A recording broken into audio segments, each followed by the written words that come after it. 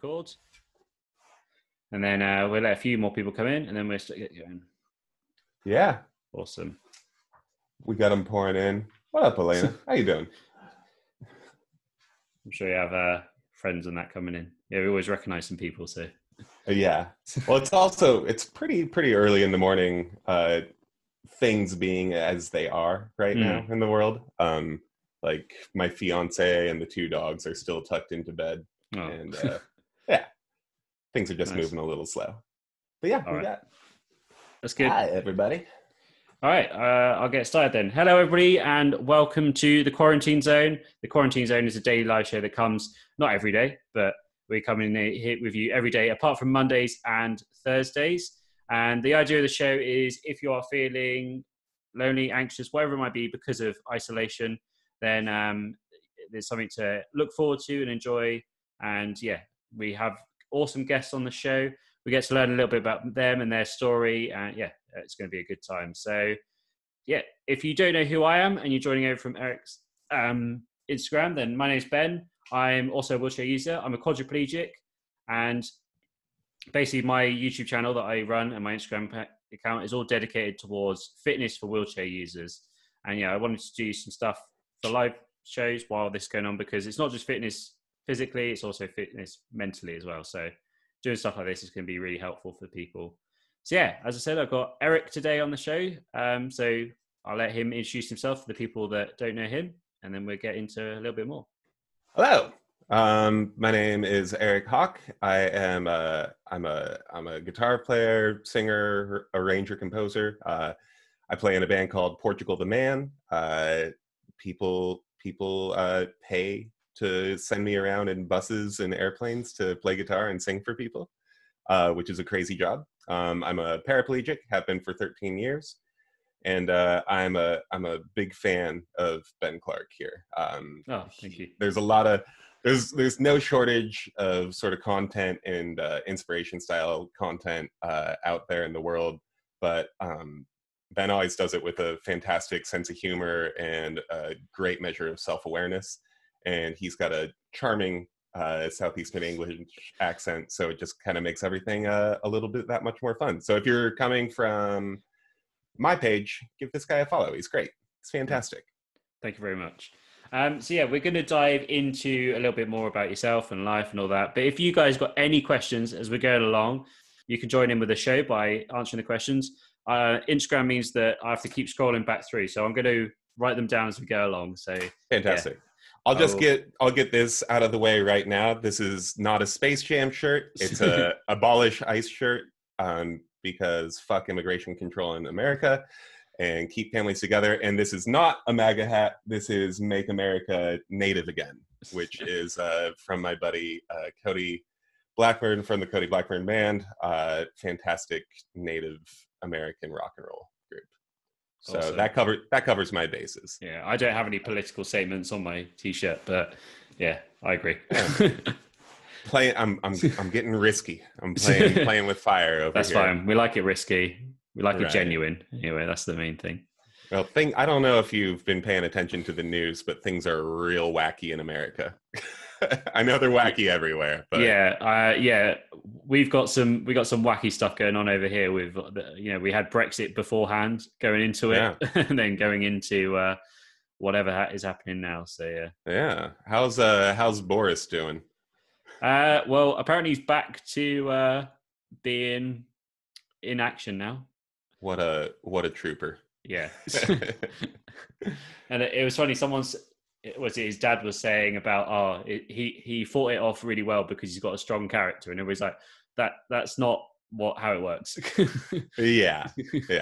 Man, I really don't want to make your podcast into a political thing, but I mean, we got a guy that loves to do stuff like that too. I'm the greatest, I'm the best. I led us through because of my strength and my fortitude of character, and yeah, it's wild. It's like back in the day with Kim Jong-il when the North Korean propaganda machines were like, he doesn't defecate because he works so hard that any food that he eats gets turned into energy for his efforts. Right? Yeah, of course. I don't know. I don't know. Well, I was thinking the other day. I wish, I don't know if you remember E-Bombs World, and they used to have like the Of little course. videos on there, like of George Bush and Bin Laden. I was like, oh, if that stuff needs to be around today. Needs. Dude, I mean, I think it is. It's just all 5 seconds long. It's on TikTok now. Yeah, I exactly. think like people stop like really producing content, and if it's like longer than 5 seconds, you're like, next thing, you know. All right. So yeah, let's try and like divert away from politics and get onto onto what we're actually here for. Fair No enough. worries. So with always the show, I like to start off with talking about your previous life, as we like to call it, because I don't know about you, but it does definitely feel like a different lifetime ago before my accident. So yeah, do you want to go in about what you were doing before your accident and that? I was kind of doing what I do now for a long time, for like kind of 20 years. My mom named me after Eric Clapton, and my dad was a drummer and played organ. So when I was a little broke kid in Alaska, I was playing music and trying to find other people to play music with. And, starting about, teenage years, 13 or 14, I started to take that more seriously. I was still bad, but I started to take it more seriously. So the bass player in my band now, and the co-founder of Portugal, the Man, and I were playing in his mom's basement, 34 or like 24 years ago, just learning how to play music and play songs and all that kind of stuff. So yeah, quick bio. I moved to Seattle with about $100 in my pocket and a bass guitar and no friends or family, and that was that. So I had to make friends quick, and then I was lucky enough to kind of find friends that were like-minded, and I got really fortunate early on to have one of my bands sort of turn into a sustaining job. I was in a band called The Lashes for years, Seattle-based band, and we signed a couple of good record deals early on. So from about the time I was 19 or 20, I was on the road touring the States, poor, essentially homeless, but getting paid some amount of pizza to go out there and play shows. So yeah, I guess that was sort of my main thing. I was in a couple other projects around that same time, but eventually that band, The Lashes, kind of just became my job, became my main thing.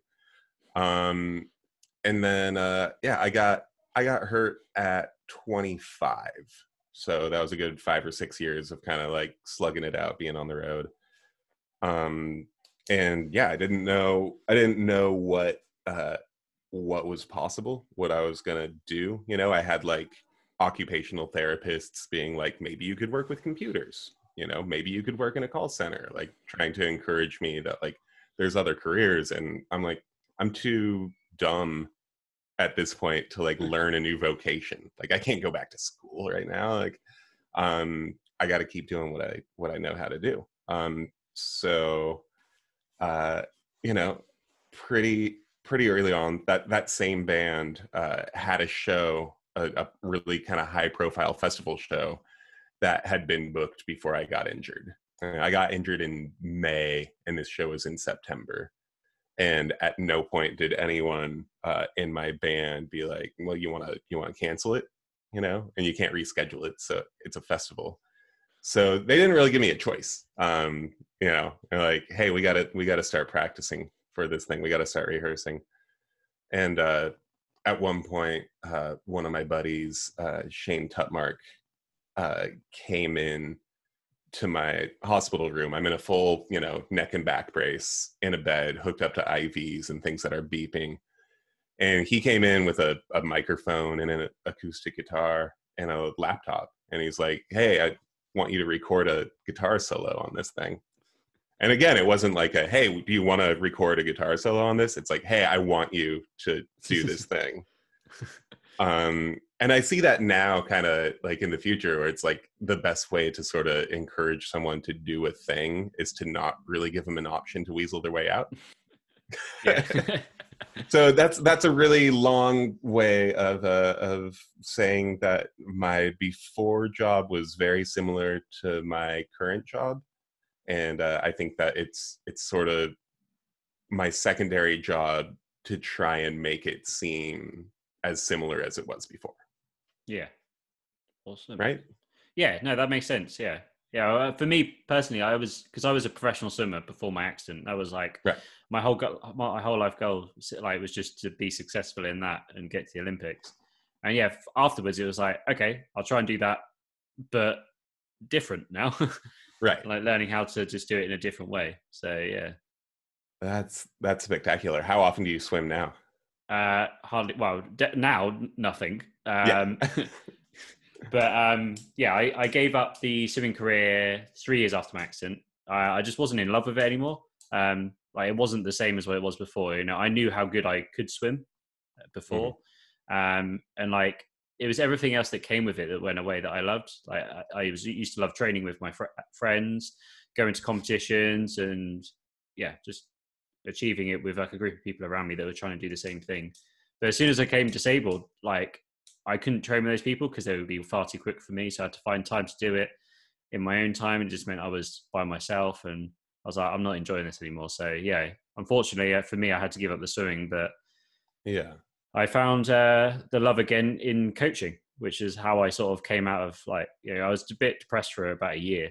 So coming out of it, yeah, on the other side was the coaching side and giving myself back to the community that had given me so much in the swimming, and like being a part of someone else's process was amazing. Yeah, absolutely. I can see that.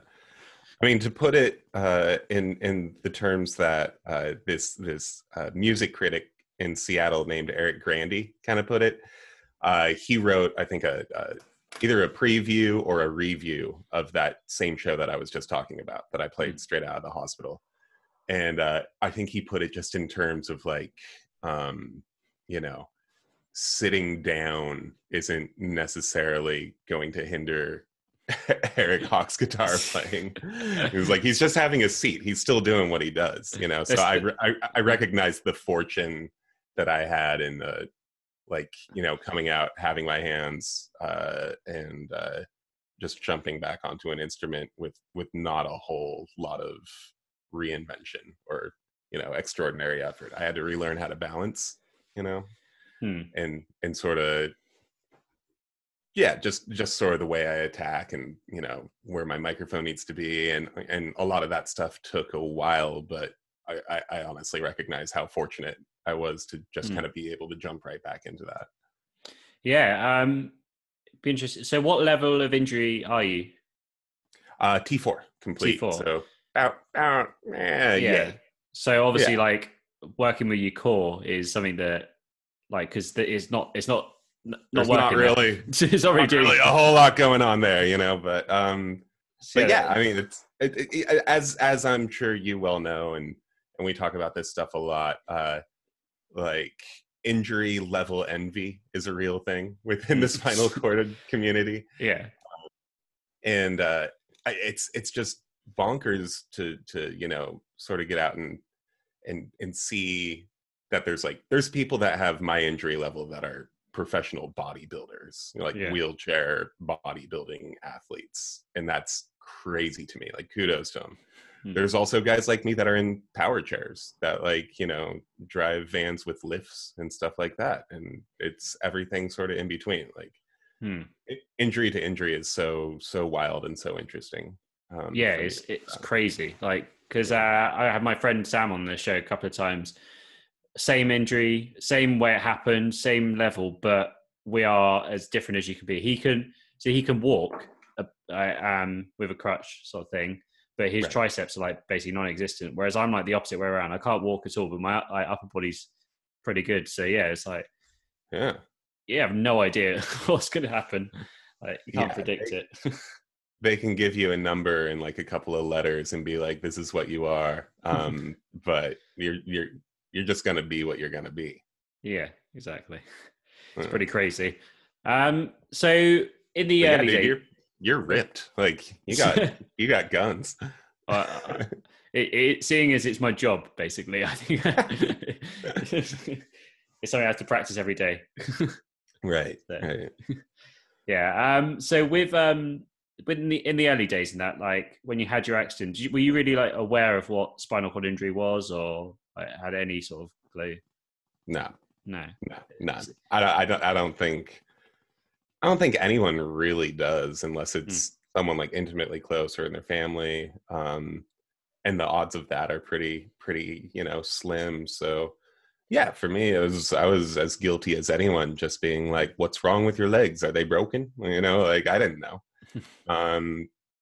Weirdly, like I got a pretty quick resolution of like what my own body was going to be. And like, you hear words like, even when you're riding in the ambulance to the hospital and they're like, complete and sensation, and they're just like saying things like that, and you're like, yeah, it feels about right. So also I went to a teaching hospital. It was a trauma center. Healthcare in America is crazy, so Yeah. but I went to a teaching hospital, so it was basically part of the university system. So there was one day where it was just kind of everyone's job, like every student's and nurse's job, to come in and be like, hey, we just want you to know there's a chance that you'll never walk again. And that happened like 6 times in one day, with just like various nervous, sweating, like, teenagers and stuff. I'm like, yeah, no, I get it. I know. Yeah, it's fine. I'll prove you wrong. But no, man, like no prior kind of knowledge or sensitivity or context within that. What about you? Yeah, nothing. I even was a lifeguard, and we had training on how to deal with if someone dove into a shallow pool. Like, Right. and I still had no idea about it. It's crazy, like the lack of knowledge like out there in the general community. And it's like when you go through it, you're like, well, why do other people know about it? But then you're like, actually, no, I never knew about it. So Yeah, I grew up in small town Alaska, jumping headfirst into lakes and rivers and off mountains, and anything that was high where I wanted to get low, I would just leap off it. Oftentimes, like totally the wrong way. With no context, no warning, like I remember I had a gym teacher, a PE teacher. Shout out to anyone that went to Wasilla Middle School, if you remember this guy. But we had this physical education teacher named Mr. Bradley, and he was just this like bulldog, looked like kind of Mr. Clean, just shaved head, white shirts, built like that, and he would make us do push-ups on our neck. Like he would make us do these like roll back body neck push-ups, and then like go run 3 miles and then do some more of those. And like nobody at any point was like, I don't know if these kids should be doing that.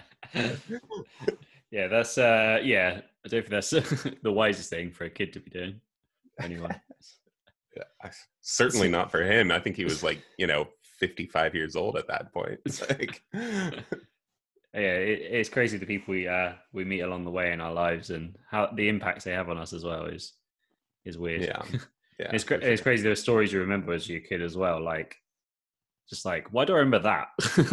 Yeah, but like for me, it's just like I never broke a bone. I was super fortunate. I did stupid shit constantly growing up. Like, rolling over ATVs onto my body and just like, building little ramps so I could jump my bike off of them, and just dumb stuff all the time. Yeah, I was completely opposite. I had never broken anything, never damaged anything, and then suddenly, boom, all of it in one go. Yeah. So at least I did it properly. Didn't mess around. That's kind of the thing I think about a lot. Like a lot of people have some wild injury stories that are in chairs. Like my situation was I was at a friend's house for a Cinco de Mayo, like kind of cookout / birthday party thing. And I was sitting on a wall and I kind of started to crumble back, and there was some shrubs and bushes behind me. So I tried to catch myself, but the neighbor had dug out and sort of excavated this hole to build an addition to his home. So it was a spectacularly short fall, like 10, maybe 12 feet. And that's the thing that got me after all the idiocy that I did as a kid, which is, it's pretty crazy.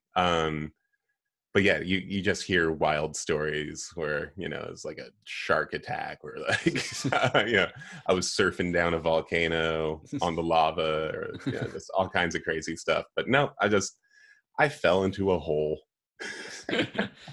Yeah, me and my friends have a game when we go out drinking, and it's like try and convince what's like the craziest story you can convince someone how you had your accident with them actually believing it.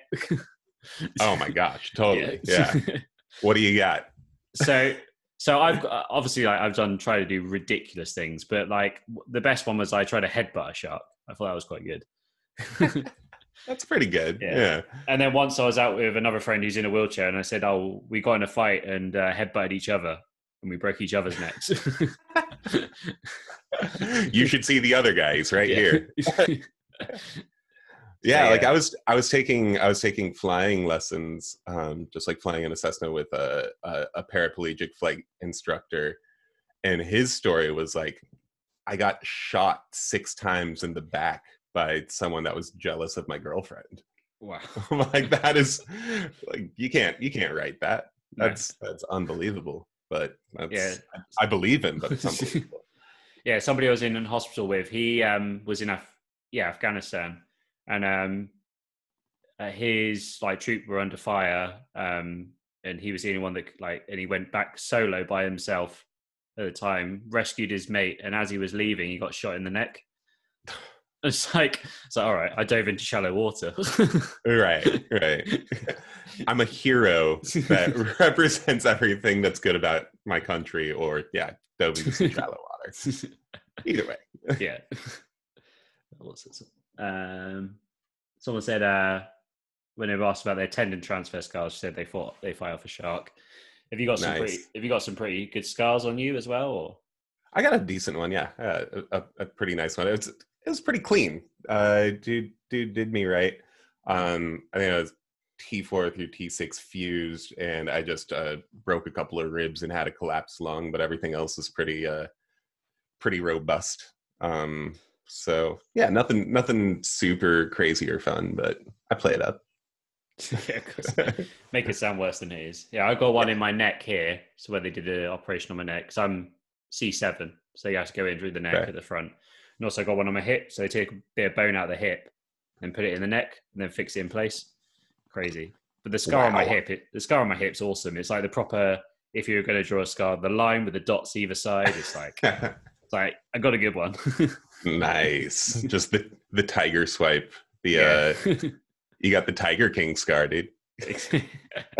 Exactly. So yeah, I wanted to move. It touched a little bit back on adapting to play in the wheelchair as well. Like, was there anything you said like you had to think about like positioning on the mic and like the core and that? Yeah. What sort of things did you have to do to adjust? Obviously, first of all, you're lying down in bed playing a guitar. So how'd you go from that stage to traveling the world? That's a great question, because like T4 isn't like super low, but it's not super high. But if I put both my hands out in front of me, I'll start to kind of fall. I can do that for about 2 seconds. And so just in terms of like balance, like having to get the instrument up high enough. Let me see. I got a guitar I can grab and demonstrate. 1 second. Okay. There we go. So yeah, it was kind of a matter of just figuring out like how to get myself sort of supported. I know that Instagram can't see this, but like getting myself supported on something. So I just have one sort of arm brace there, or one armrest, and none on the other side. And just kind of what that does for me is it lets me like really lean into something. So just like my left arm is always in contact with my left armrest. And then there's nothing else on the side. But to get there, I had to like I used to tape a pillow to my lap to just like get the instrument up. I tried all kinds of different straps. I spent like hundreds and hundreds of dollars on different kinds of straps. And at the end of the day, it was just like, what if you only have a single armrest? And now every time that I fly and they bring my wheelchair down from the baggage claim, there's always this moment of panic because the baggage handlers assume that they've lost one of my armrests because there's only one on there. I'm like, no, it's on purpose. That's how I do it. So that was kind of the biggest thing about it. And honestly, like, I still kind of figure out different things all the time. We have fantastic people that work with our band and genuinely care and have a great amount of concern and ingenuity in terms of just like how to build up my little pedal board situation, because I have like a little pedal board that's kind of elevated on my mic stand next to me so I can switch back and forth between effects. Like what side and what height that I need the microphone on, just making sure that like my lines of sight are good, and making sure that I have some type of path to get onto the stage in the first place. And I think that's kind of the thing that takes a while. It's one thing if it's our show and if we're headlining, because that way we can kind of build up the stage however we want. But like if it's a festival, that's a lot of other people's stage. So if it doesn't have a ramp or it doesn't have an elevator, that doesn't matter for like 95% of the artists and entertainers that are up there. So yeah, it's tricky. But yeah, just in terms of like my physical body and playing again, like it's like I use my hands a lot, so my hands are kind of always tired and sore. So I just try and like do some stretching exercises and keep that stuff limber. I'm no spring chicken anymore. So I gotta keep that stuff healthy and good. But yeah, other than that, it's playing guitar. It's like most guitar players as they age just start to sit down while they play anyway. You look at like BB King. Yeah, I was gonna say I've seen a lot of people just sat down anyway. Yeah, like I remember BB King used to like sing and play his rhythm parts standing up, but when he would go into his solo, he'd just like sit down in a chair and like start leaning into it. He's like, all right, here comes the tricky part. It's part of the act. It's all part of the blues. Exactly. It's like, oh, this is the emotional part. I'll sit down. Come sit around the campfire with me, kind of thing. I got other stuff I'm worried about. I got other things I got to focus on right now. The last thing I need to worry about is standing. Come on, get out of here. So you touched a little bit there about like the accessibility on tour. I'd love to hear any sort of stories you have or what it's like in terms of, you rock up somewhere, you have no idea what it's going to be like. My guys in my band and in our crew have never not found a way to get me onto a stage. There's never been a venue or an old theater or whatever where they're like, I don't think it's going to work. And, hopefully most of the time that means like, oh, you just got to go through this alley and then pop into this door and then you'll be on stage. Sometimes that means like, we're going to have to carry you down 3 flights of stairs and sort of everything in between that. I've gotten onto stages, like going straight through the crowd and being lifted directly up from the front of stage. It's a stage. Stages are a stage. It's an elevated area above other people, so you can perform and see out and they can see you and all that. And yeah, I've had some spectacularly easy ones with elevators and Zagreb, Croatia. I've had some incredibly difficult ones in Los Angeles. It's like there's no real rhyme or reason to whether one place or country or city or location is going to be easier than the next one.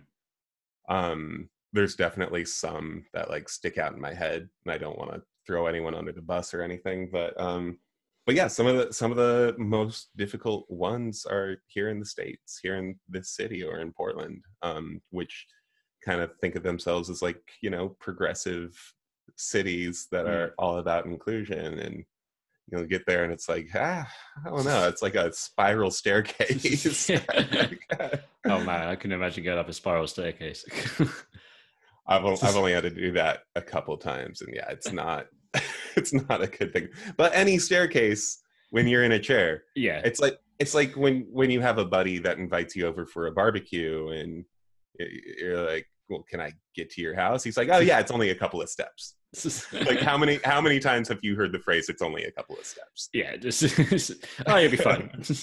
Yeah, you got it. I'll be interested to know, is there any way you've gone like a festival or even like a venue and you've gone once and then you've gone back again and they've improved it or not? Yes, that has happened. And I mean, again, going back to my guys and like our touring manager and just our techs and everything, it's, the fact that I'm in a chair and I need a ramp, or I need access to the green room if possible, and like an ADA bathroom and all that kind of stuff. It's like the first thing that's on our rider. It's in gigantic letters. And I think before there was kind of like a gung-ho mentality with me and the guys where it's like, screw it, we'll make it work. We can make anything work. But yeah, as time goes on, there's sort of a frustration from myself and also from the guys that I work with in terms of like, well, why is it this way? Like, why can't there be a ramp or anything there? And again, like if it's a 300-year-old, Victorian theater that's got a dugout orchestra pit and, velvet curtains and stuff, like I understand if that's going to be a little tricky and you have to preserve it, that's fine. Yeah. Like I don't want them to drop an elevator just like center of the stage at Royal Albert Hall, like it would be gaudy and inappropriate. They could maybe figure out something about backstage or whatever, but like I forgive theaters in older buildings like that. But when it's a festival, 99% of the time, they're just going out into either a gravel parking lot or a grass field or whatever it is. And everything that they build then becomes a decision that someone's making. So you're making a decision to put stairs instead of a ramp there. You're making a decision to like put the bathrooms on stilts or whatever it is, So yeah, like I've noticed some change, but I don't know that that's necessarily because, festival promoters and organizers recognize the need for it. I think it's because my guys are getting louder and louder and making sure that things get built right, or at least, like you find something to work around, like whether it's a ramp or a lift or whatever it is, like you're, if you don't get that, you don't get us. Yeah. So that's want you. Yeah. So it works. Is that obviously with your career is super focused on the actual music at the moment, but is that something you would like to like work on like post-career stuff or? Yeah, I mean, I've had a couple of moments. Like I'm an old man. I've been at this for a while, and there have been like very distinct points in my life where I was in between projects or in between bands where I'm like, well, that's it then, Like the first one I had was kind of at the injury, and I was like, I don't see how I could possibly tour again. And then, that show that was booked happened, and then I kind of got the bug for it again. So then I started playing with local bands, and then that got kind of bigger and wider. And I just realized that I kind of need the road a lot. Like I'm kind of like a truck driver in that way, where it's like I'm really only comfortable if there's highway that's like passing in front of my windshield. But yeah, for like the career down the road kind of stuff, like I love recording people. I love the art of recording engineering. And I think like, touring around the world versus like recording a guitar solo on someone's track is it's not totally different, but it's certainly not the same. Yeah, definitely. Yeah, so I'll always be able to do some measure of that, I hope. I got involved with a music venue that's here in Seattle that I played a lot of my first big shows, or like first big shows, like first real shows at this venue, that closed down about 11 years ago. We just kind of hit the anniversary on that one, called the Crocodile. And it's like it was one of those sort of legendary Seattle grunge places. Like Pearl Jam played there a ton, Nirvana played there a ton, all that kind of stuff. And it sort of unceremoniously shut down right after I played a show at it. I think they had like 2 or 3 more shows, and then it was like, notice in the window, thanks for 20 great years or whatever it was. And even the people, like the bartenders that were showing up to work at the venue, had no idea. Like they learned the same way that we all learned, just by a sign in the window. So yeah, like 10 or 11 years ago, an opportunity came up to join a group that was, purchasing it from the previous owners and sort of bringing it into the 21st century. So I was lucky enough to get involved in that.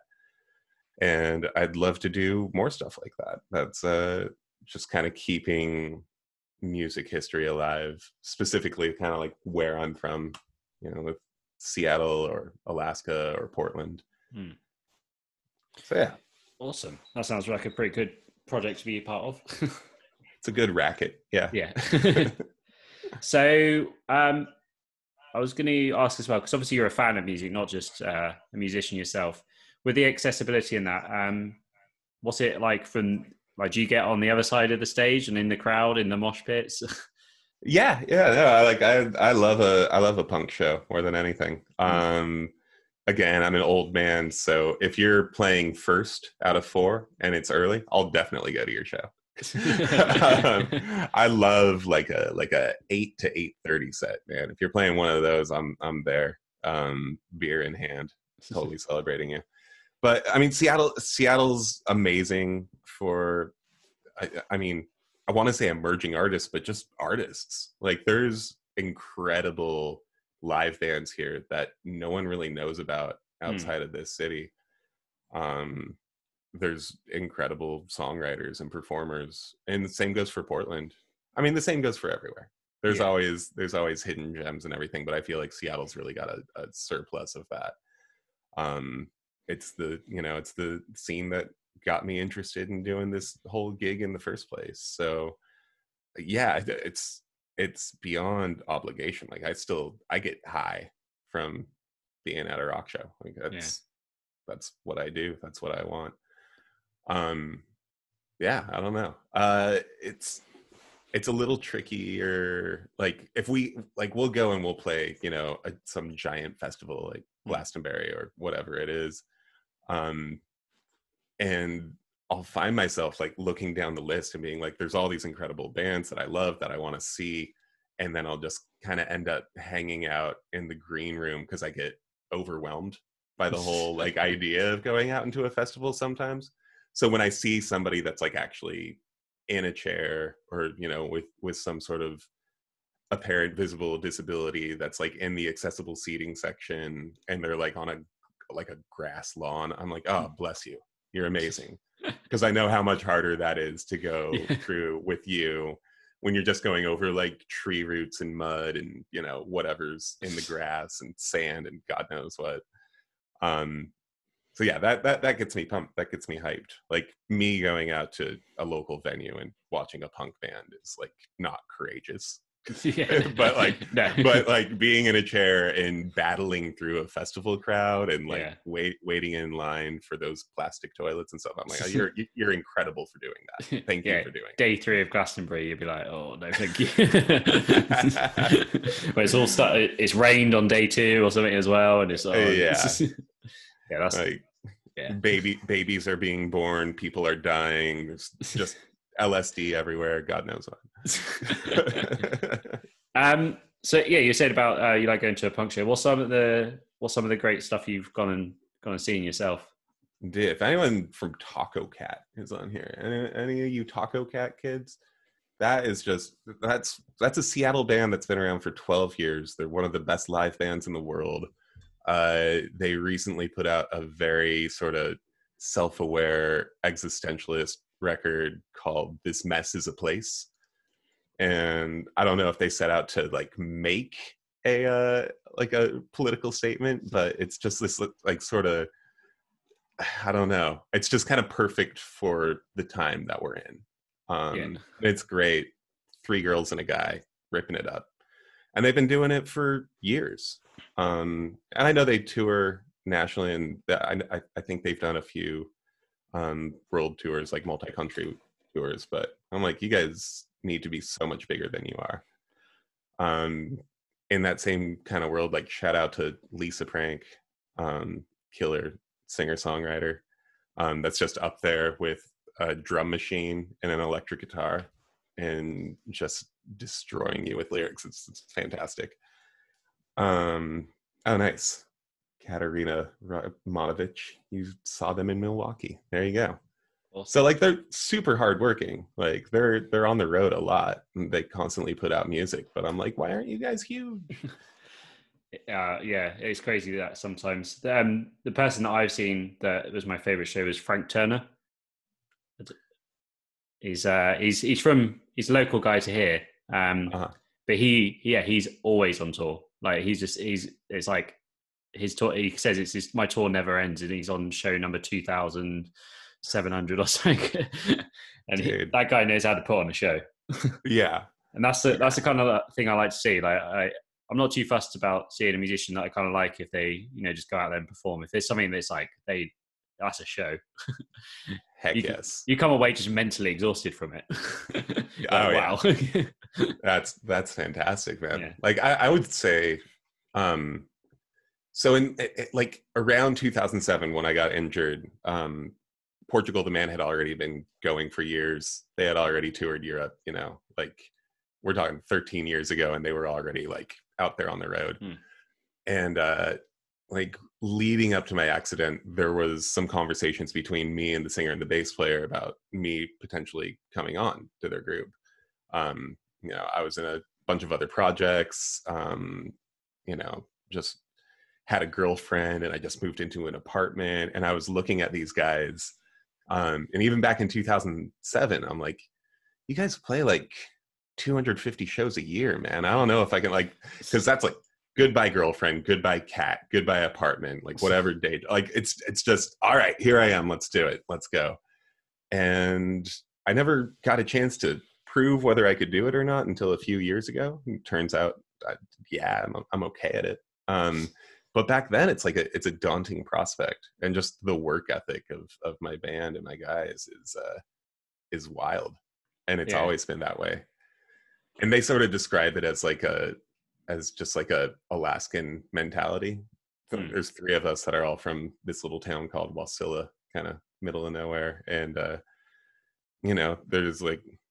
we're like construction families and laboring families and working families. And, the mentality there is like, well, you got to work, if you don't work, you'll die. So get to work. Fair enough. So you're saying that with touring and that, I'd like to know how what it's like life on the road, not just as a musician, but a musician who's in a wheelchair as well. And also like what it was like in the early days, and then what you've had to adapt to make it better for yourself. Right. I mean, early days, I was poor, hungry, probably had, scurvy and dysentery all the time. And God knows Life what. of a pirate. It seriously was. You're just going in your vessel from land to land, plundering whatever riches you can find. And it's disgusting. It's absolutely disgusting. It's gotten a little bit cleaner now, but there was this sort of middling period with us, sort of before Feel It Still really hit, where we were on a coach, or on a bus. There's 15 of us on there, and everyone sleeps on it, and it drives overnight to the next place, and then it drives overnight to the next place. And no hotel rooms, no day rooms, just whatever you get from the green room, whatever kind of carrot sticks and celery and hospitality tray that you get when you get there. And then you play your show, you're sweaty, and it's back on the bus. And then you sleep on, the vinyl surface of a bus, and you wake up in another city and you have no idea where you are. And that was honestly the hardest touring I think that, you can do. I think that's because the long of the short of it is they make accessible vehicles like that that can, they've got a lift and you can get on there and like sit in a seat. But what they don't have is accessible coaches like that where you can get 15 people to sleep comfortably in it and have also one or the other. yeah. So we chose the other because the other is much cheaper. So yeah, I just lived kind of in the front lounge area of those buses on just like, a vinyl kind of slab of whatever. And that was it.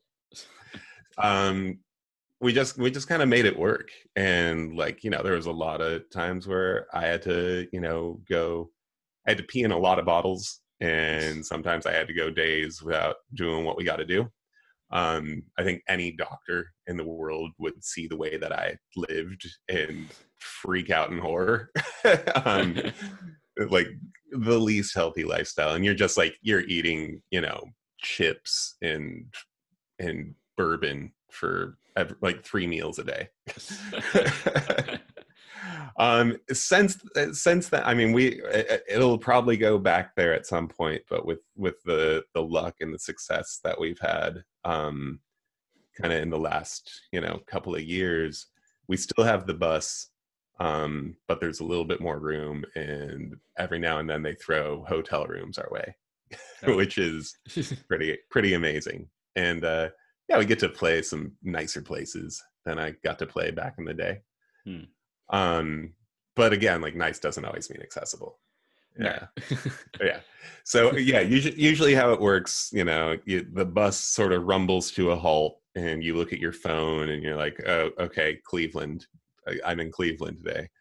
And if it's a place that, I know or that I've been to before, I kind of know what my day is going to look like. But usually it's not. So one of my guys, usually Zach, bass player, he'll wake up and he's going to be like, I'm going to go scope it, get you a cup of coffee. I'll let you know how your day's going to go. And it's either like, good news, or dude, sorry, it's a rough one today. Like, do you just want to stay on the bus? Do you even want to go in there? You want to try it? So, and yeah, it's all over the board. I used to kind of keep track of all this stuff. I would have like lists in my phone and little notes and like a color coding system of like green light, yellow light, red light. But now at this point, it's just kind of like, it's going to be what it's going to be. Like if it's one of those deals where it's like, yeah, there's a gravel pit and 2 flights of stairs and whatever. That doesn't mean we're going to cancel the show. It just means like, I'm going to hang out on the bus and look at my phone for a while and try and keep myself busy until we get a few guys together and they carry me up those flights of stairs and onto stage. Yeah, it doesn't actually sound too dissimilar to my experience in Bali. I was there for a month, and like me and my girlfriend. You were in Bali for a month? Yeah, that's awesome. Yeah, that's crazy. Well, I got invited for a 2-week camp out there to like help disabled people in Bali, essentially. Because if you're over there and you're disabled, you're essentially considered like a curse because they believe in the karma system. So they think, oh, you've done something bad in a previous life. So the charity I was working with out there was trying to help them through sport to just try and get like a life. So some of them have now become Paralympians. They're sponsored and now they support their family.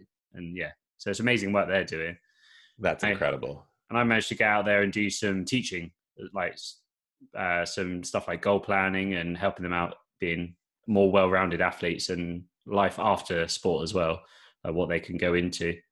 So yeah, that was an amazing experience. And then we were there. It was like, should we just do an extra couple of weeks? Like, yeah, we just traveled the whole of Bali, just seeing what was what. But yeah, similar sort of thing. Like we get to a place and out there they say, yeah, it's wheelchair friendly. And you get to it, it's like yeah, it's on the ground floor, it's fine, but there's like 15 steps to get to the ground floor.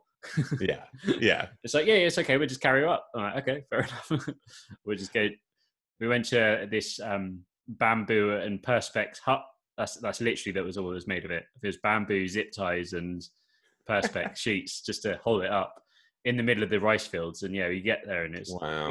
I mean, it's so worth like just putting up with whatever's happening, because as you go around, you just go, oh, it is what it is, and you just sort of learn, like. And then Alice would like hop out of the taxi, go and have a look, see if it's all right, and if it's not, then we just go to the next place.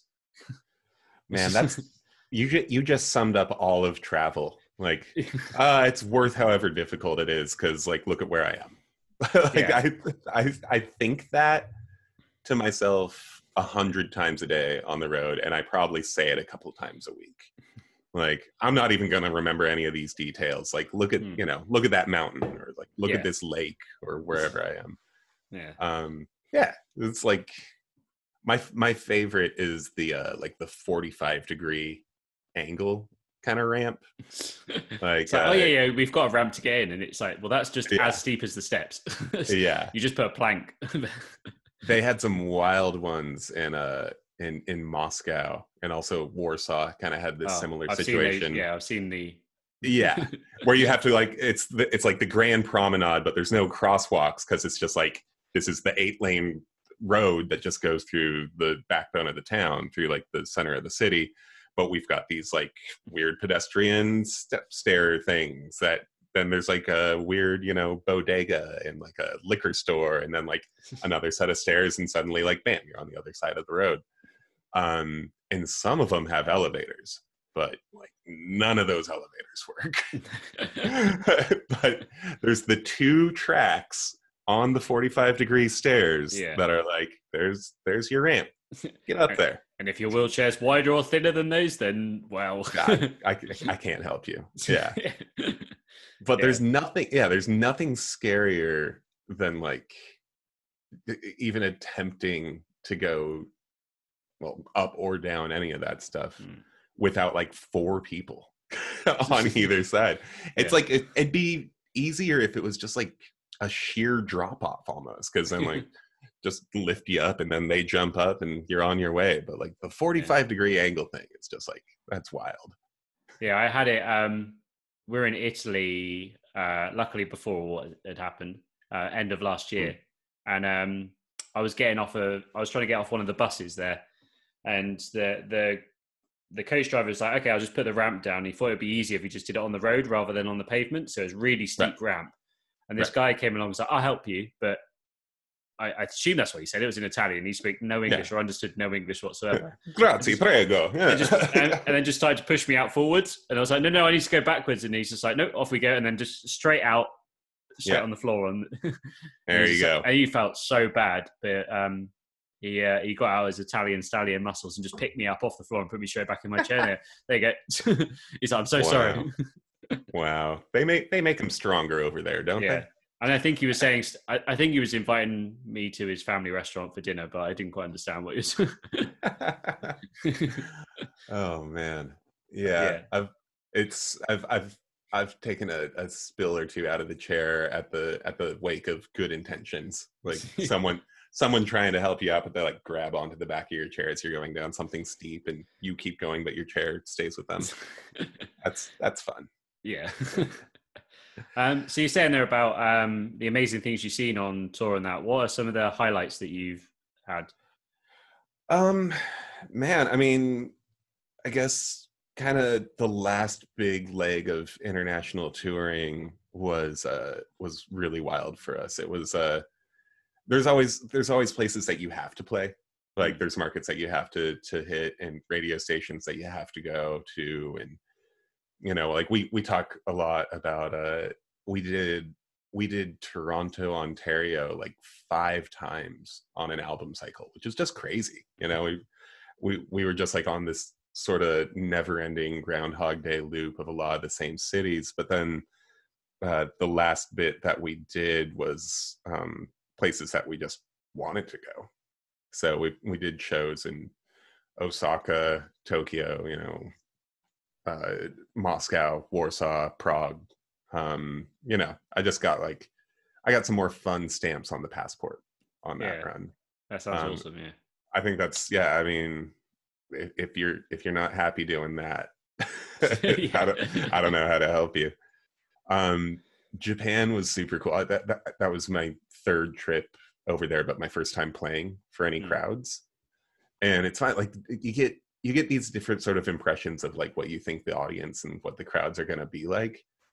And honestly, like just from growing up with like Cheap Trick live at Budokan, I thought that Japan crowds were going to be absolutely insane. But what they did, it was a festival. And this is kind of specific to the Tokyo show, because I remember this one a little better.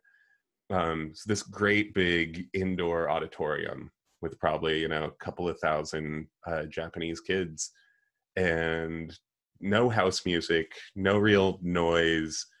The lights are completely bright and everyone's sitting perfectly silently, just waiting for the show to happen. And then like it kind of stayed that way, and like a couple of kids got up and danced, but for the most part it was like very like respectful and reverential. And then there's a break in between the songs and there's thunderous roaring applause, and they're like losing their minds, and then you go into the next song and everyone kind of sits back down. that must have been surreal. That was so fun to watch. Especially compared to like a dirty, grotty little club in either America or England. Yeah. It's just completely different scene. You're getting spat beer on. Whatnot. But I love that so much more. Yeah. Honestly, like my favorite show that we ever played was at a club called the Molotov on the Reeperbahn in Hamburg. It was the hottest I've ever been in my life. It was the dead middle of summer in, just central Germany. 100 degrees. You can just like see the sweat sort of evaporating off of you. But it was a punk club, and there was a fun observation. I think Zach, our bass player, made. I was just like hanging outside of the club smoking cigarettes because I used to smoke constantly, and he's just out there hanging out with me, kind of looking around. And the Reeperbahn, if you've ever been to Hamburg, it's just crazy. It's like there's literally in kind of the central part of it, there's a sex club that's above a McDonald's. It's just like every walk of life that you can imagine is out there.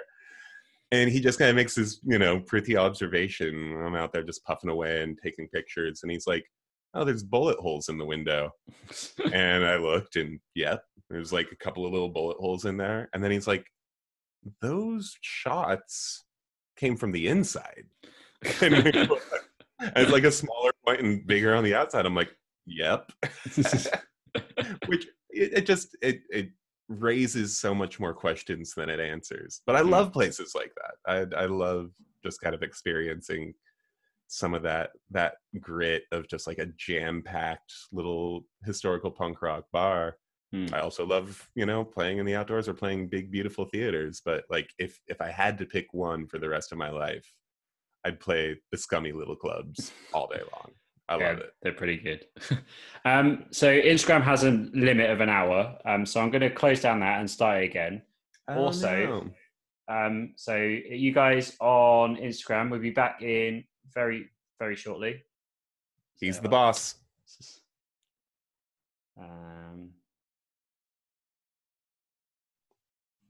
All right.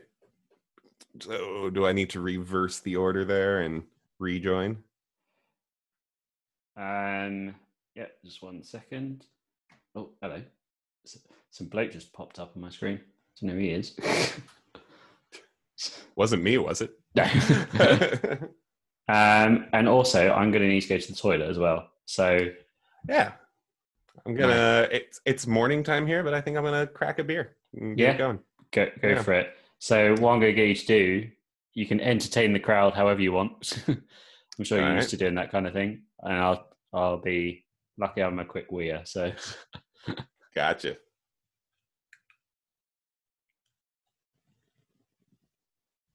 Right. So I started the live. Oh, if you hop in. There you go. It's going great so far anyway. It's all good stuff. Oh, we're killing it. There you are. All right. Request just went in. Okay. Am I in? I believe so. Connecting. Yep. Connected. All right. Awesome. You go do you. Yeah. I'm just gonna keep ranting and rambling, I guess. Yeah. So yeah, I'll let them know actually in the chat. I'm going to the toilet quickly. Hey, my mom just joined. Hi, Mom. Oh, hello, Hi, Mum. Mama. All right, you go do you. Hi, everybody. Oh, I was supposed to say hi to Brazil earlier. Don't derail it. Going well so far. Oh no, I'm gonna blow this thing up. Yeah, so that's pretty fun. If you missed us for the opening round, basically kind of what we've been going over is just sort of accessibility on the road and just sort of life in a chair in general. But yeah, that's Ben Clark, Adapt to Perform. If you don't already follow this guy, and if you're coming from My Traffic, give him a follow, because I think I touched on this on the first part of the video. But there's a lot of people out there that are, serving up good hope and inspiration and stuff like that on the internet. But what Ben does just comes with this sort of great measure of humor, and a very self-aware humor. He's one of my favorite content guys on the internet. He's not afraid to kind of show himself, lumps and all. And he's just wild. He's a super, super funny dude. So super happy to be here. If you were here for the first bit of that, what we were just kind of talking about is kind of some of my favorite spots and some of my favorite little dives around the world to play. And it occurred to me that the story that I was just talking about Molotov on the Reeperbahn in Hamburg was just one stop on a whole tour that was full of great places like that. There was a spot that we played in Switzerland called Bogen F. That was basically, there was this whole kind of rundown former bridge for an aqueduct that went kind of along this hillside, and within that they had the arches like they used to do for aqueducts to sort of reinforce them. But each one of those little arches had been walled in, they had put doors in. And so we played Bogen F, but there was Bogen A, B, C, D, etc. And like ours was the rock club, but there was also like a great little restaurant in there. There was a skate shop. There was so much cool little culture just packed into this one little strip of sort of improvised buildings. And that is my favorite thing about touring. What up, Brazil? What up? What city? You in Brasilia, Sao Paulo? Where you at? Obrigado. Yeah, it's all just like, I love being surprised. I love being surprised by a city, because that whole strip of businesses was in Zurich. And I had a totally different image in my head of what Zurich ended up kind of looking like. It was beautiful. It was absolutely stunning, and the green spaces were great, and the parks were great. There was just like healthy kids running around eating cheese in the park, and it was a beautiful summer day. Rio de Janeiro. We missed that one on the last tour, but cool, man. But yeah, like I didn't expect to see sort of like this weird punk rock strip of improvised businesses and a killer restaurant. So that's my favorite thing about touring, is just the surprise of different places, the surprise of cities, like rolling into a place, having some sort of like preconceived notion that you got from TV or movies or whatever, and just being totally surprised, whether it's good or bad. It's always interesting. Hi, Ben. Hello. I grabbed a beer as well because I thought if you're cracking one, nobody should drink alone. So get it going.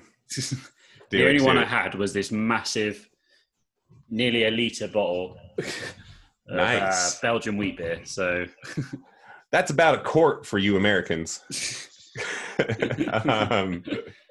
About a quarter gallon right there. Cool, man. What's the weather like in Poole today? Beautiful, super good weather. We've had it really sunny for about 3 weeks, so can't complain.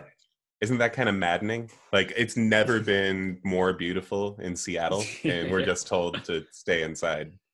It's like, I've been staying inside in Seattle for 20 years now. Like, I'm really good at doing that. But when it's like just gorgeous and there's no planes in the sky, so there's no clouds, like it's just been spectacular here. It's a little overcast today, so I feel a little better about that. Well, cheers anyway.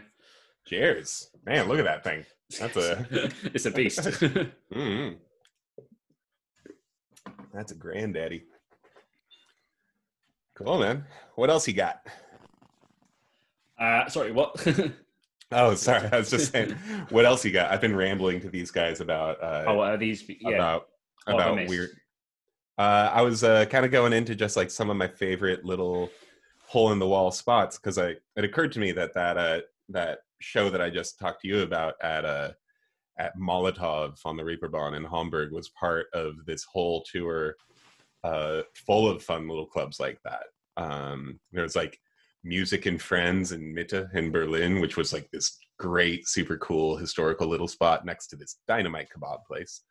And then we played a spot called Gorilla up in Manchester, which is literally underneath a highway overpass and just like gritty and full of a lot of northern spirit.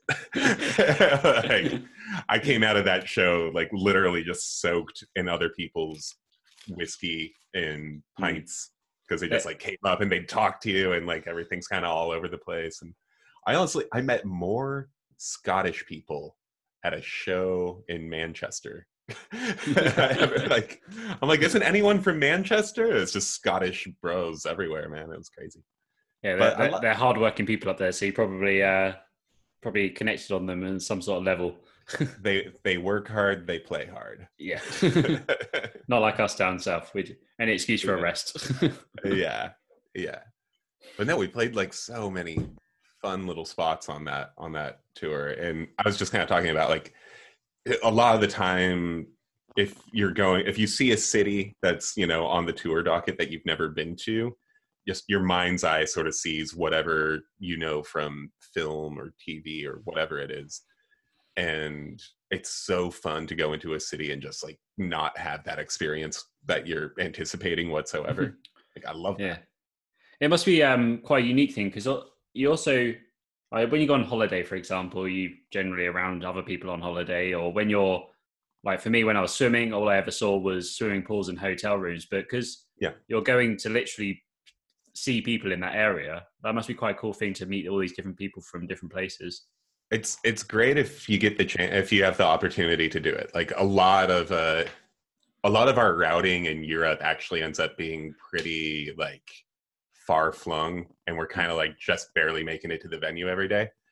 So it's not like talking about, you know, going to all these places for the first time. It's like, if you get a chance to get into the town, it's great. If you have a day off, it's great. But a lot of the time it's just like, oh man, you went to Prague and Bremen and, you know, like Burgundy and Nice and Montpellier and all these places. It's like, well, no, I kind of just went to gravel parking lot after gravel parking lot, and I slept in a twin bed, and I had a veggie tray every day with carrots and dipping sauce. but I guess that's kind of the one benefit and beauty of sort of like not being super shoestring budget is we do get days off, and typically our days off end up being in places that we want days off in.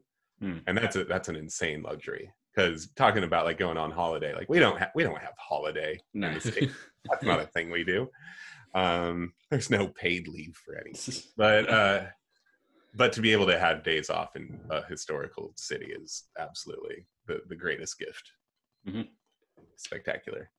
You were in Australia right around the same time that we were over there, I think. I believe so. Yeah, it was. I think it was. Yeah, because I was in Australia for a month as well. You had just popped on my radar, and like I think I was flying back from Melbourne, like at the time that I saw that you were either there or had just been there. Yeah, it's I was there to watch the Commonwealth Games, and I got family out there, so anytime I go to Australia, it's like, well, I just go and live with them, so it's cheap accommodation. Dude, Make the most of it. Melbourne is just unreal, isn't it? Isn't that a gorgeous city? Oh, so good. Like, it's the food there is The what food, the food and the coffee, and oh my gosh, they're like so yeah, it's just amazing sort of place. My cousin lives there, and I got the opportunity to go and play sled ice hockey because he plays ice hockey, which you wouldn't think you would be doing in Australia. But yeah, he's there, and he's like, yeah, I help out, volunteer on a sled ice hockey team. Do you want to come and do it? I'm like, hell yeah, I do. And then just sliding around on ice, and I've never seen it in person, but I definitely have gone down some YouTube holes of sled hockey. It's savage. Yeah, yeah, because I played wheelchair rugby for a couple of years, and it like that is, you know, a rough sport, and you crash into people and that, but you're protected by your chair, so right. It's not that bad. But sledge hockey is, you got nothing. You're literally just literally ramming into people. Yeah, that's so good. And yeah, it's so fast and just so slick. I was never really big into sports growing up, like talking about the before you and the now you. Like I was never super athletic. Like, you know, I'm like 6'2", I don't know, 15 stone, whatever that works out to. And I've just always kind of been big. And like I ran a little bit. I played some basketball. I played some soccer, but I wasn't really good at any of that stuff. But like, you know, bullies didn't mess with me because I'm a giant. And I had a killer metabolism until like the last 2 or 3 years. And I just kind of popped like a popcorn kernel.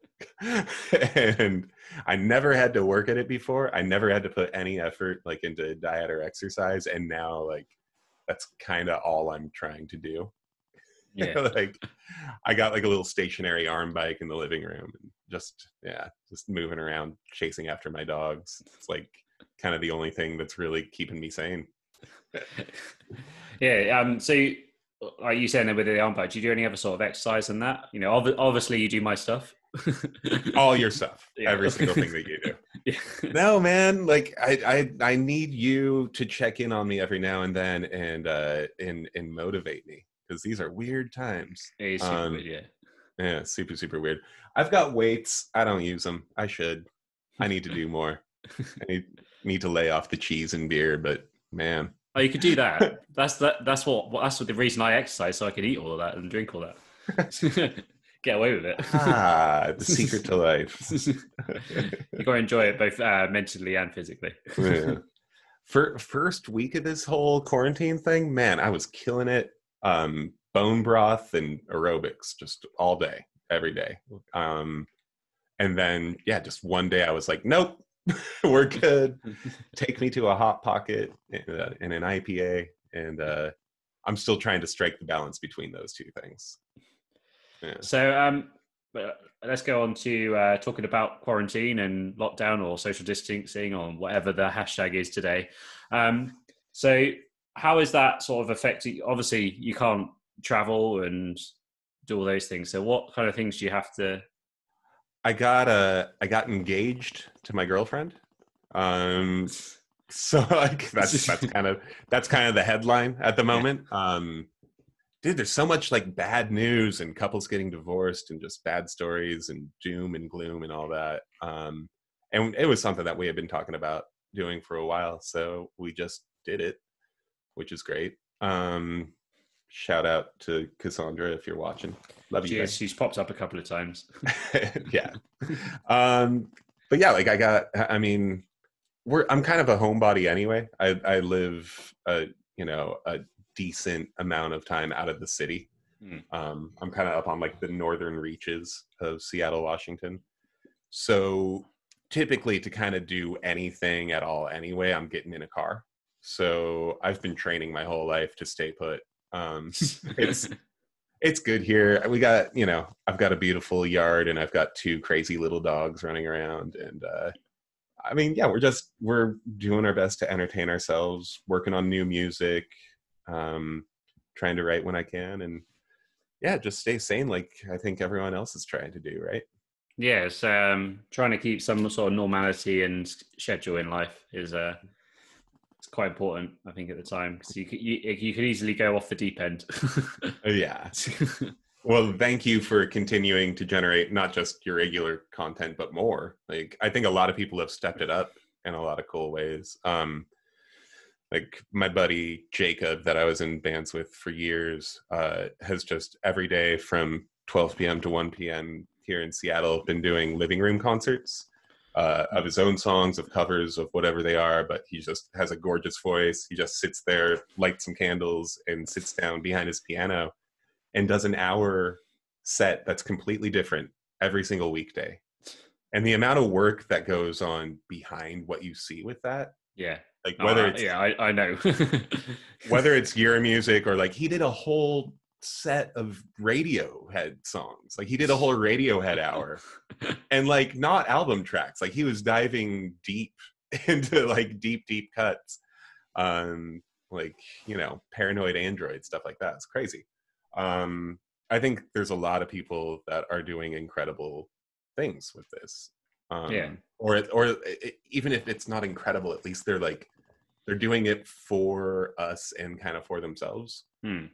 Like, I don't know if you saw that Post Malone Nirvana set. Did you hear about that? No. Post Malone put together this 4-piece band with the drummer from Blink 182 and did an hour and 20 minutes of him playing guitar and singing like Kurt Cobain. He did like an hour and 20 minutes of deep cut Nirvana songs. Like he didn't even play Smells Like Teen Spirit, but it was incredible. And it was one of those moments where you're like, I didn't know he could do that. Yeah. But, showing off their talent. Yeah. I mean, you see that he's like, I don't know, Post Malone's like 24 years old, something like that. He was born in 95. There was a great byline going around that's like, he was born a year after Kurt Cobain died. So I don't know how this is going to go. Plus, he's Post Malone. He's not really known for this kind of thing. No. But he did it, and he killed it. And I'm so grateful for people that are doing stuff like that. Like it's. I think. I hope that Zoom stays in our culture a little bit. Yeah, definitely. For me personally, like you were saying there about the work that goes into it, and yeah, there's a lot of work that goes behind what I do as well. I was explaining in one of the videos, like my days are probably 10, 11 hours long. I do the research for this stuff. Like this weekend was all about getting people for the future shows. And like, so I'm talking to like 20 people at once. And I got messages coming through while we're talking as well, like saying, yeah, I could do that date and all that. So it's just like, research it to make sure you know what you're talking about, not going to mess up sort of thing. Absolutely. And then, then actually doing it as well, thinking of stuff to do, because I'm live streaming twice a day. So it's once for the fitness at 5 and then, 5 here. And then, 6 for the chat as well. But yeah, it's crazy. Dude, you're a beast. You're on it.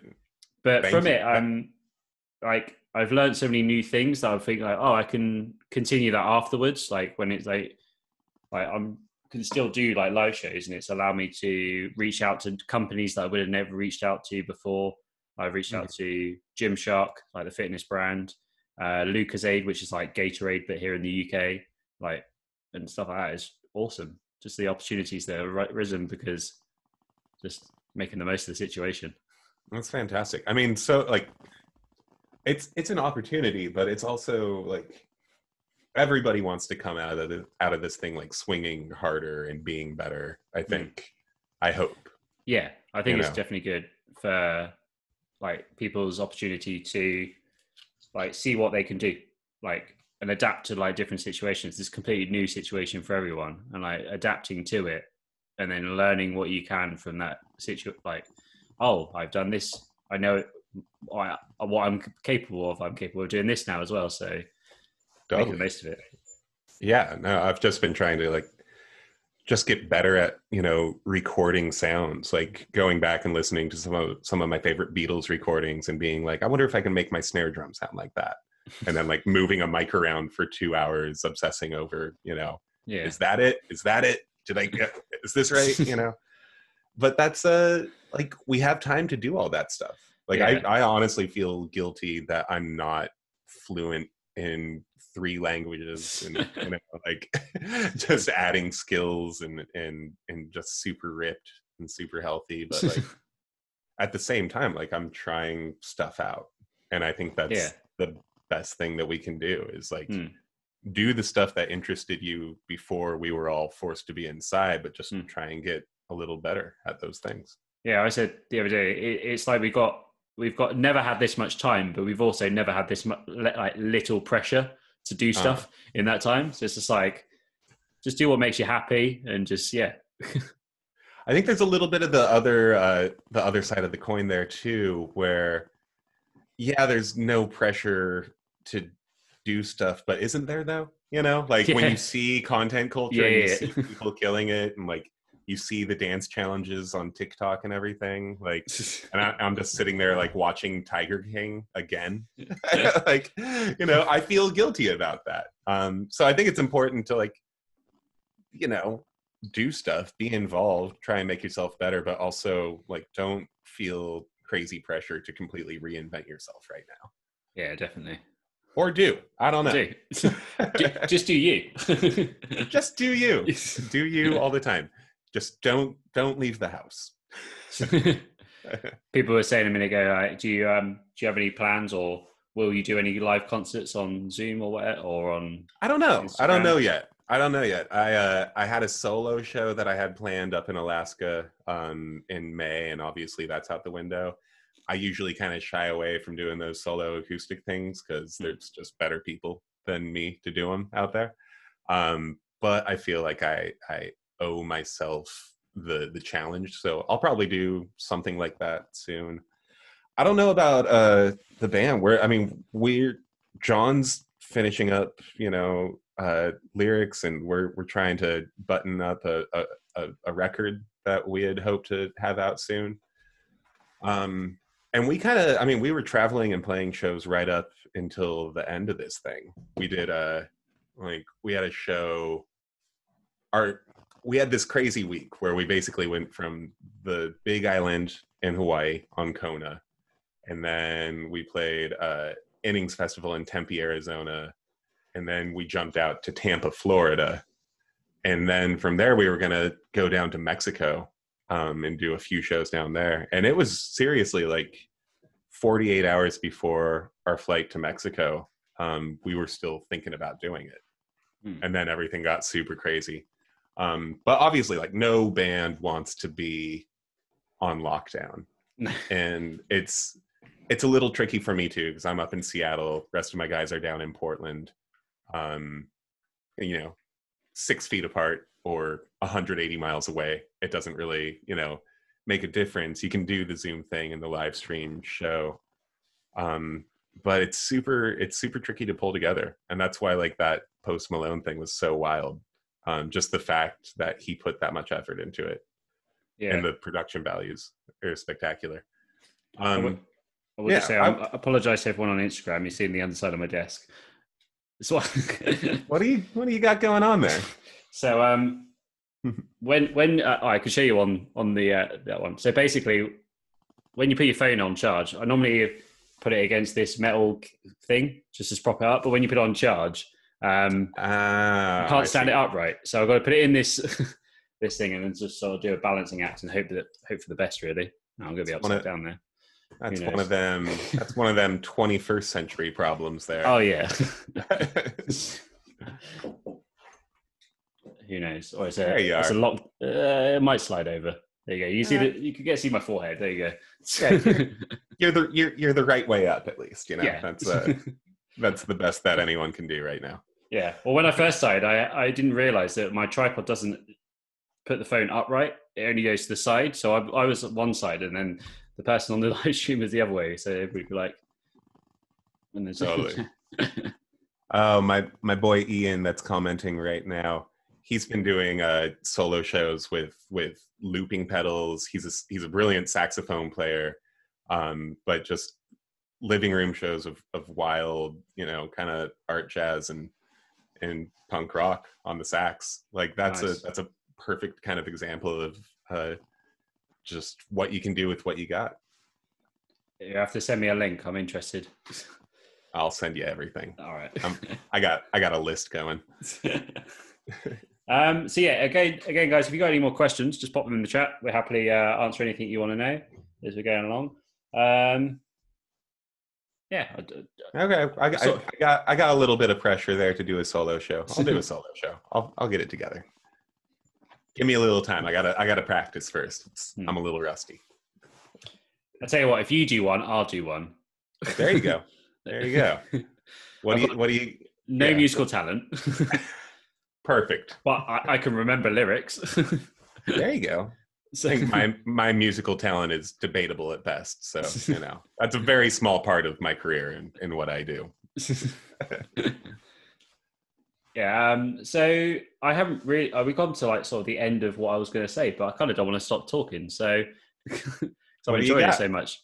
Yeah. So yeah, if you guys, well, there you go. Oh, there we go. So someone said, what have you been listening to during quarantine? I'm going to extend that question out and ask what you've been watching, what you've been listening to, what you've been, whether it's audible or whatever. Go for it. Unfortunately, I've been giving way too much energy into Tiger King. Like, whether it's Tiger King memes, like the Tiger King dance challenge. It's only the 6th time you mentioned it. It's fine. It's horrible. It's horrible. But like, I really don't want this era of humanity to be defined by something that's that horrendous. Every single person on that show is the worst person. It's awful. Not recommended, but it's still possessing my life in some sort of way. But I've been diving back into the George Harrison solo records. I've been obsessed with All Things Must Pass, and just again sort of talking about like different recording tones and how to achieve all that stuff. I think that's one of the greatest sounding records of all time. It's been driving me crazy how to figure out how to record a 12-string guitar the way that he did. But yeah, I guess like I've been kind of listening to some classics and deconstructing them, and just thinking about tones and recording techniques. And like you can see, I'll just take this guy around. Like I am in a room full of weird microphones and bongos and a million instruments, and I'm just kind of trying to figure out how to make cool sounds and how cool sounds were made in the past. Going to come out with a prog rock album after this, then? Yeah, I could see that happening. King Crimson has been on the list pretty extensively. I've been spending a lot of time in the Court of the Crimson King, so nice. Yeah, that's not completely out of the question. Yeah, for me personally, for listening to music, I've been going through like all my old playlists. Like the stuff I created on Spotify back in when Spotify wasn't what it is now, like when it didn't really have proper stuff, like proper musicians on it. It's just what's your most embarrassing thing on one of those playlists? I don't know if it's embarrassing because I'm not ashamed to say that I like McFly, but when I was a kid, McFly was my jam. I don't know. Do you know them? They're big over here, but yeah. I don't think I do. No. I mean they're kind of like Jonas Brothers, but like they actually played instruments. Right. So like Hanson. Yeah, kind of. Yeah, along that kind of line. They're awesome. I like them. Yeah. When I was a kid, it was just like accessible rock music. So I was like, dude, totally. I feel you. I mean, I got like No Doubt on some of those playlists. Jimmy Eat World, just like whatever. I'll still crank up a Jimmy Eat World album. I went and saw them.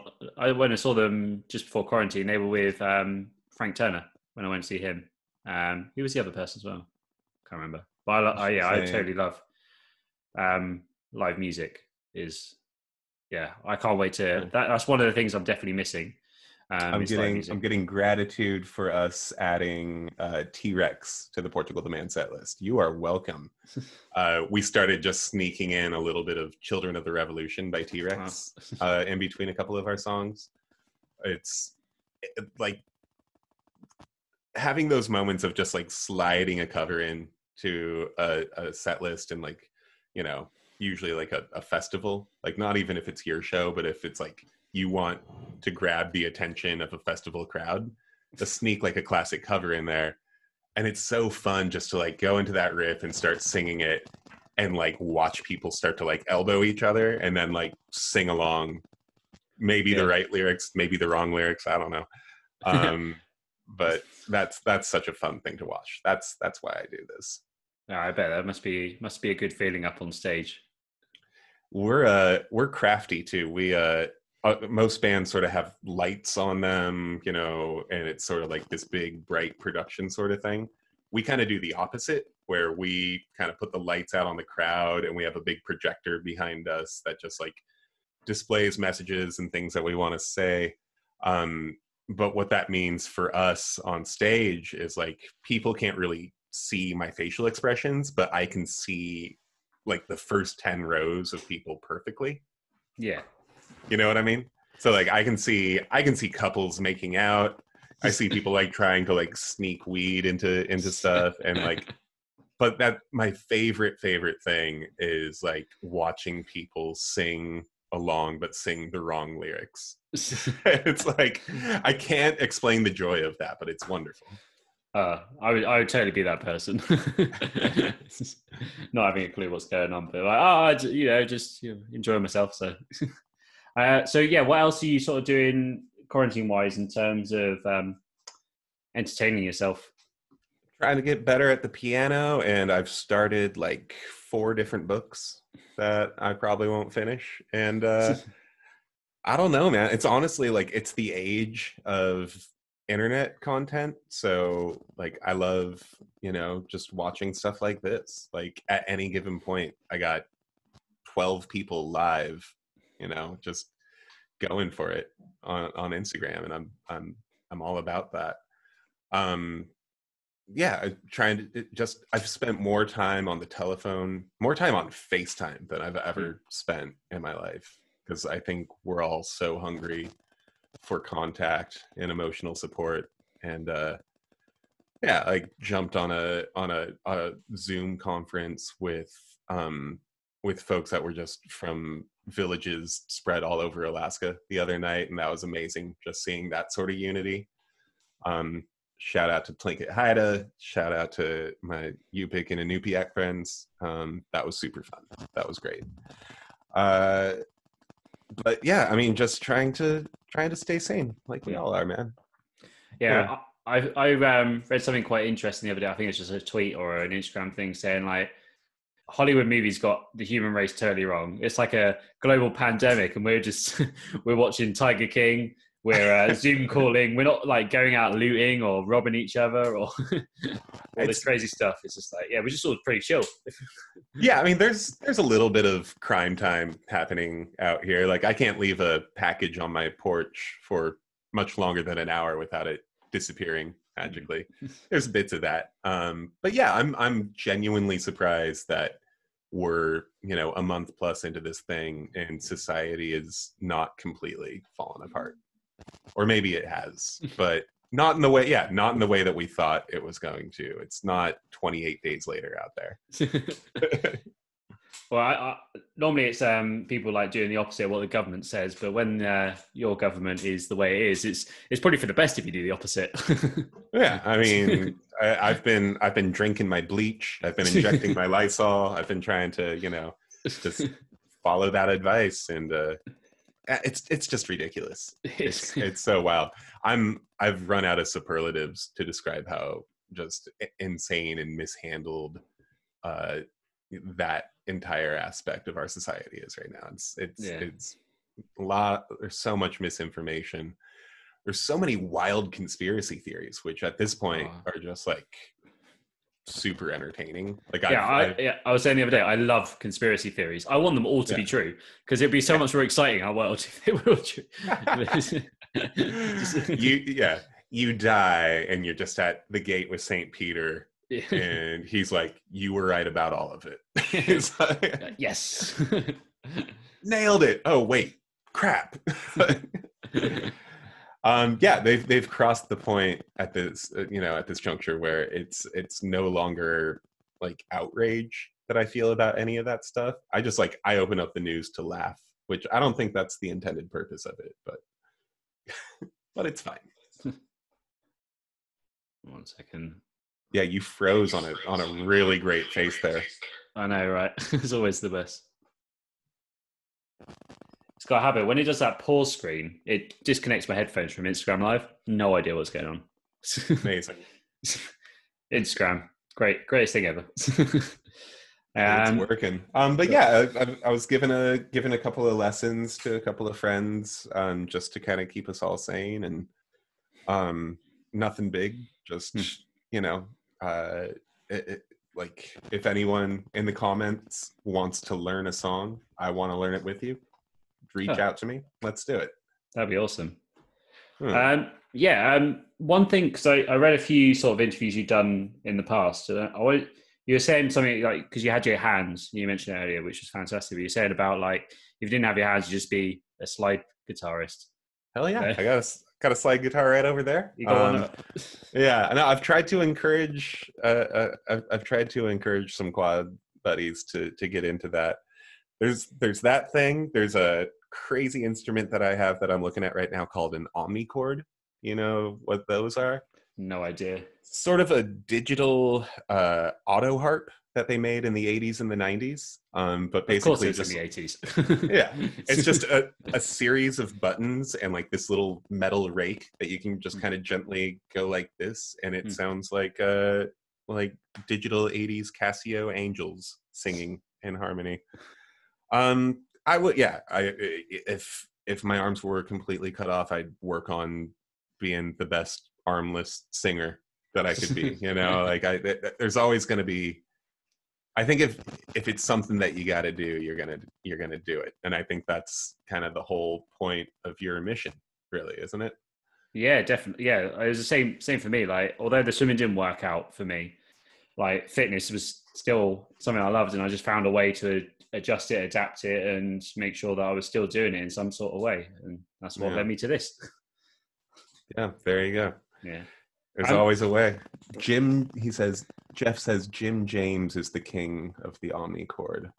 I would argue that Prince was the king of the omnichord. I don't know. Debate amongst yourselves. Can you explain how the slide stuff works, just in case there's any quads out here that are interested? Do you want to? Yeah, I mean, essentially, you can grab it if you want as well. If you want to. I'll just explain it really quickly. Yeah, I got different camera angles that I'm working with, but essentially, you have there's a couple of different ways to approach it. But if you think of like traditional Hawaiian music with that like slow, like that kind of slow slide stuff. You just have like an open 6, 8, or 10 string slide, whatever you're working with. And it's sort of in an open chord. And then you've just got a single metal bar. And I know this sounds like an oversimplification of it, but as you slide that bar around, your chord is affected. So here's like A, B, C, D, and then it's all going to be kind of in that same voicing. But where it gets really interesting is you can kind of angle and turn the bar as you're playing. So you've just got like a simple strum and then a simple surface with a metal bar, and I've seen people tape the bar onto their hands. Usually you just kind of have to drag it along. So it sounds like a really simple basic instrument, but just listen to any of that like Elvis Presley Blue Hawaii stuff, or Bud Tutmark is a name. He was a spectacular slide player.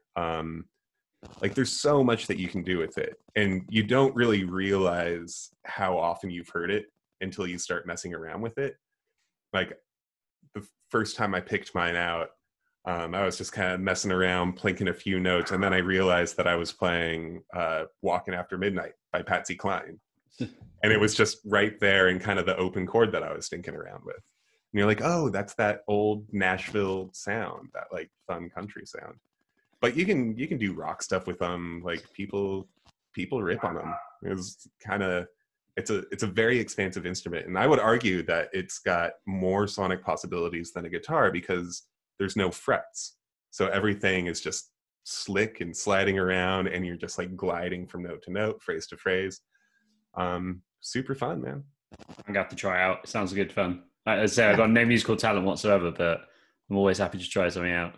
I mean, at the end of the day, the greatest thing that you can do on a little lap steel or a slide guitar is that intro to Looney Tunes cartoons. That like, burn.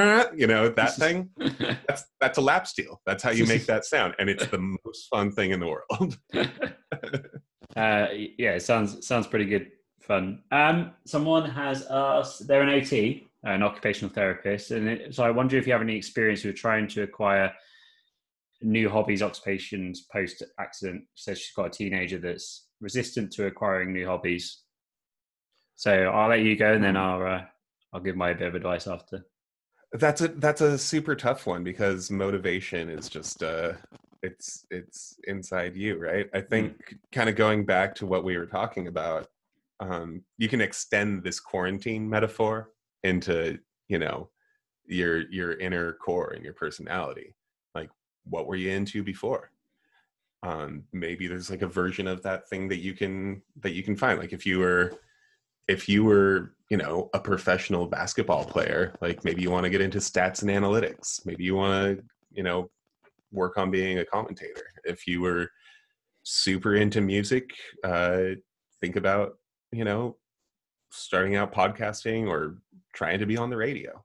You know, I think it's just a limitation and a motivation intersection that you just need to figure out what's interesting enough to me that I want to pour myself into this thing.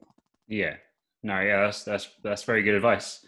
With me, it's fairly similar, just a little bit different.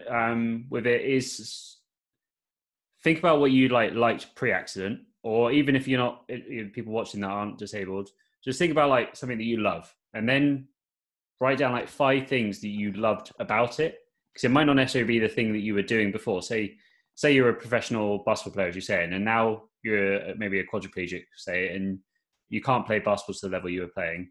Just think about 5 things that you like loved about that thing. It might be being around friends. It might be doing, learning about the tactics of the sport and all that. And then try and find a way that you can put those things into a new hobby, or like find new hobbies that fits those things. So for me personally, like what I loved about the swimming wasn't actually the swimming, like the actual like moving my arms in a pool and looking at the bottom and just swimming hard. That was the least interesting part about the sport for me. The most interesting, or the that I got out of it the most, was my friends, learning how to like be technically really good at it, tactical racing, and all that stuff. And I could still do all of that as a coach. And it was like, just because I wasn't swimming doesn't mean that, you know, I just instantly give up because I'm like, oh, I'm not enjoying the swimming. I just find something else. And it's something that I've brought forward into my stuff with Adapt to Perform. You know, I love the technical aspects. I love adapting exercise for wheelchair users.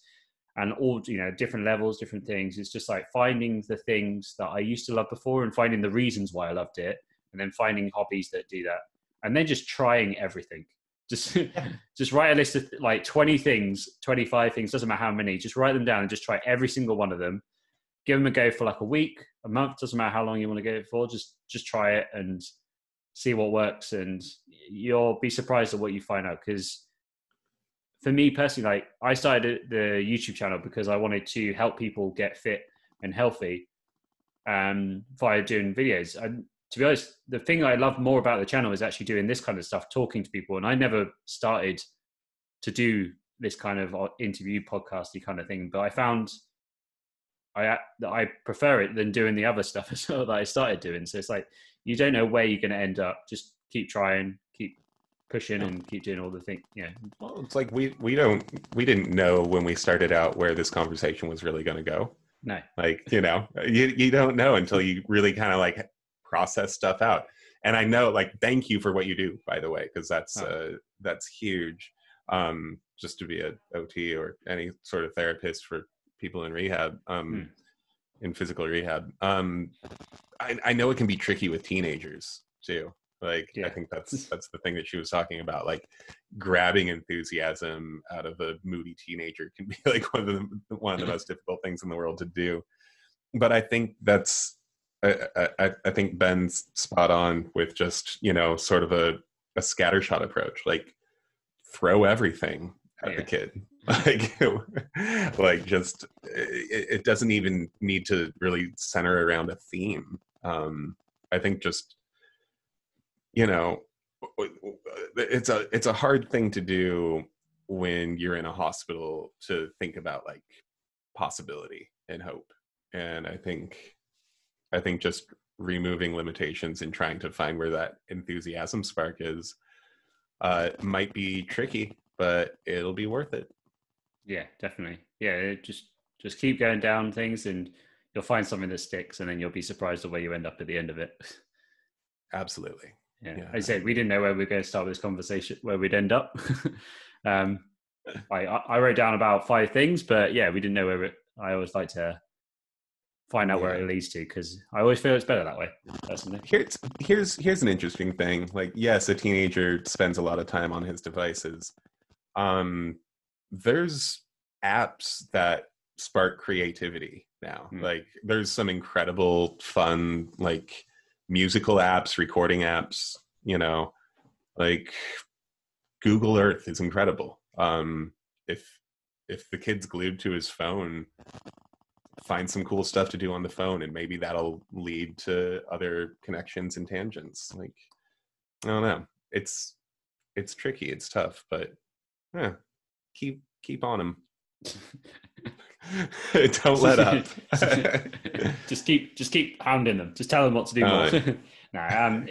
It's also important, you know, if they're early days as well, they've gone through like quite a big change in their life. Absolutely, yeah. And it's like, it does take time for them to come out of that. For me personally, it took me probably 5 years to properly like understand where I was before I could start moving forwards. It takes a long time. You think it's like your whole like subconscious doesn't even know what's going on, like let alone your conscious brain. Like I've only like 10 years in, I only had my first dream of me being in a wheelchair 10 years in.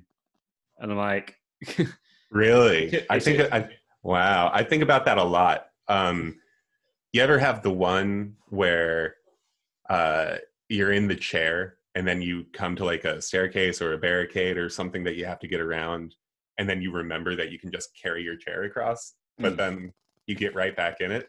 Yeah. Like I have so many where I'm like, although like the ones that have come recently, like I'm in a wheelchair, but then I'm like, yeah, but I could walk. That's fine. I'll just walk for this bit. And then it's just like, and then I'll wake up and I'm like, wait, why did I think I could walk in my dream? Sort of this. Yeah. Let's see. DJing apps. My chat's frozen, so I can't see anything at the moment for some reason. Oh, I got you. So you let me know. I don't really know. I know there's a lot of free ones that do crossfading and mixing between the music that you already have. Just a quick Google. The one that I've used on this list is Music Maker Jam, I think. But I don't know. It might be a fun thing to dive into and see what's on there. Because there are like a lot of beat making apps. There's a lot of DJing apps. I mean, GarageBand is incredible. And if, you know, he's got an iPhone or any sort of laptop, it's probably already on there. Yeah. There's a huge amount of free software out there. Yeah. Like I use, so for my streaming, normally I use a thing called OBS, which is an open source free thing. For Photoshop, I don't use Photoshop. I use Krita, which is a free version. I use DaVinci Resolve for my video editing, which is a free version, because as you can tell, I'm pretty cheap. Yeah. But it all does the job that I want it to do, and I didn't have to pay a single penny for it. So, which is great when you want to try things, not spending a penny. And it's all right there. And like, you know, sometimes it can be annoying that everyone's armchair expert on, you know, all the things. But the cool thing about being in like an upvote, downvote culture online is the reviews are usually pretty honest with that, with the cheap apps and the free apps. Yeah. So yeah, I don't know. I would, you know, suggest and recommend just doing a little bit of research and reading some reviews, and you might find something that sparks some creativity or interest. That'd be great. Yeah, definitely. And like, if you're just starting out as well, I always recommend just do it first. Like I filmed my first YouTube video on my phone. Yeah. It's just, I got my my friend just to come to the gym with me and said, can you film this while I'm doing this? And then I edited it using a free software that I downloaded off my phone. So yeah, if you're new to it, just start creating. Just start doing stuff. The most important thing you can do is your content. I remember like one of the first kind of big creative undertakings I did was like I tried to film a music video for one of my friends, and I had, you know, a Motorola Razr flip phone kind of situation. And I literally, like, I started filming things on TV. I started filming videos that I found on YouTube and stuff. And then I used that old version of iMovie and just started cutting stuff together. And it doesn't look great now, but it was so much fun to make. You know, like something that I made on a flip phone in 2006 by like filming video with a video recorder isn't going to look great now 14 years later, but it kept me sane, and it was super fun to just like be creative. And I had never done any kind of video stuff, but to me, like, I saw the similarities between mixing audio and instruments into kind of mixing video together, and got like a bug for it. So yeah, awesome. Things can inspire things. That's pretty good. I like that's my tagline. Is that going to be it's going to be on your gravestone? Things inspire things. Things inspire things. Oh my gosh. A life well lived. Is there any more questions coming in? As I said, I can't see them, so you have to let me know. Just a lot of cool encouragement, a lot of shout outs and stuff.